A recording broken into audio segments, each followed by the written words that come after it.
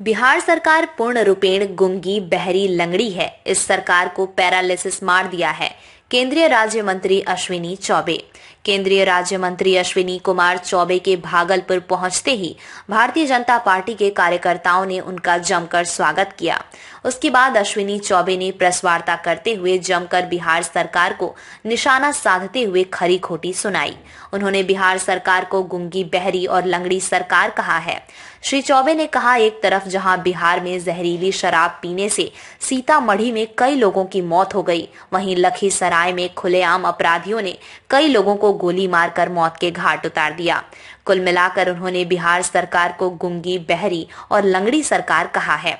उन्होंने कहा, नीतीश कुमार की टीम से अब बिहार नहीं संभल रहा है, उन्हें गद्दी छोड़ देनी चाहिए। साथ ही उन्होंने कहा कि उनकी वाणी काफी अभद्र हो गई है, जिसके चलते जनता उन्हें इस आगामी 2024 के चुनाव में गद्दी से उखाड़ फेंकेगी। आपकी कलम, आप चौथे स्तंभ हो लोकतंत्र के। आपने बहुत कुछ लिख रहे हैं और लिख रहे हैं, कह रहे हैं, बोल रहे हैं, लेकिन सरकार की आंख, कान, नाक वो पूरी तरह से न उनको बहरी है, लंगी है, लुल्ली है, लंगड़ी है, क्या कहा जाए, कौन सी भाषा का उनके बारे में इस्तेमाल किया जाए कि राज्य सरकार बिहार में कानून व्यवस्था पूरी तरह से चरमरा गई है। पैरालिसिस हो गया है बिहार सरकार को, पैरालिसिस के शिकार हो गए। उतना ही नहीं, 990 की उस भयावह स्थिति में बिहार फिर से पहुंच गया।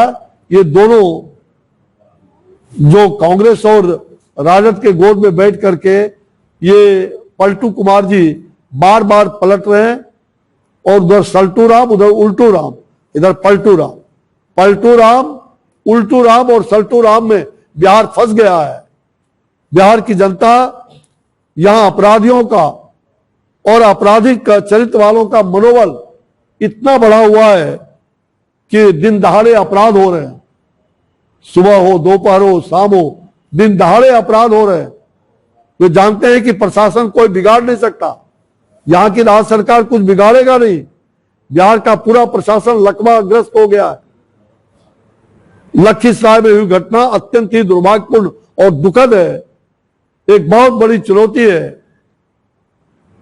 और मुझे सही में कि उन्हें समझने को कहा, पहले बस लूटी जाती थी इसी बिहार में 90 के दशक में। आज फिर वही हुआ कि 90 दशक में बिहार की बसें लूटी जा रही नवादा के अंदर।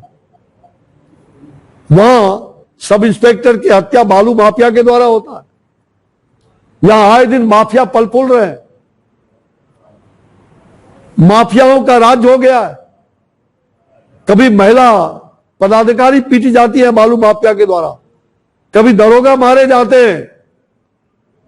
ये क्या हो गया बिहार में? आज पूरी तरह से बिहार में जो मुख्यमंत्री को तो पता ही नहीं रहता कि मेरा गृह भी हमारे जिम्मे है, और आज बिहार करा रहा है और बिहार नरक बनते जा रहा है, इसमें कई दो मत नहीं। नारकीय स्थिति बिहार में हो गया है।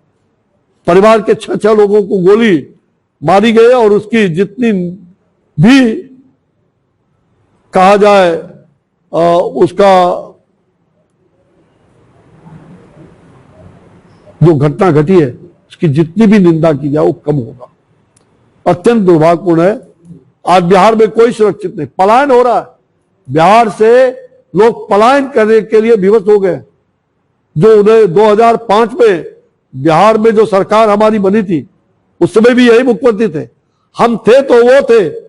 उस समय बिहार में पलायन रुक गया था, लोग यहां आ रहे थे, लेकिन दुर्भाग्य है कि आज फिर से बिहार में पलायन हो रहा है, पराकाष्ठा है।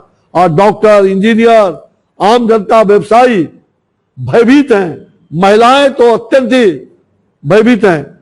और मुझे लग रहा है कि आज बिहार के अंदर जहां बेरोजगारी है, जहां भ्रष्टाचार है, जहां अपराध का हब बन गया है, बिहार में बेरोजगारी, भ्रष्टाचार और अपराध का बिहार हब बन गया है।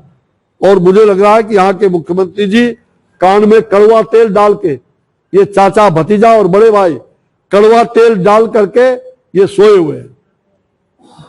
इनको तनिक भी लज्जा नहीं है। लज्जा नाम का, इनसे लज्जा भी शर्मा रही है।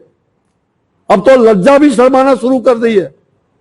ये मुख्यमंत्री के इस हरकत से लज्जा भी शर्मा रही है ये दुर्भाग्य है और इन दोनों को आज अविलंब इस्तीफा देना चाहिए। ये चाचा भतीजा बिहार को नस्तनाबूद करने पर लगी है। मैं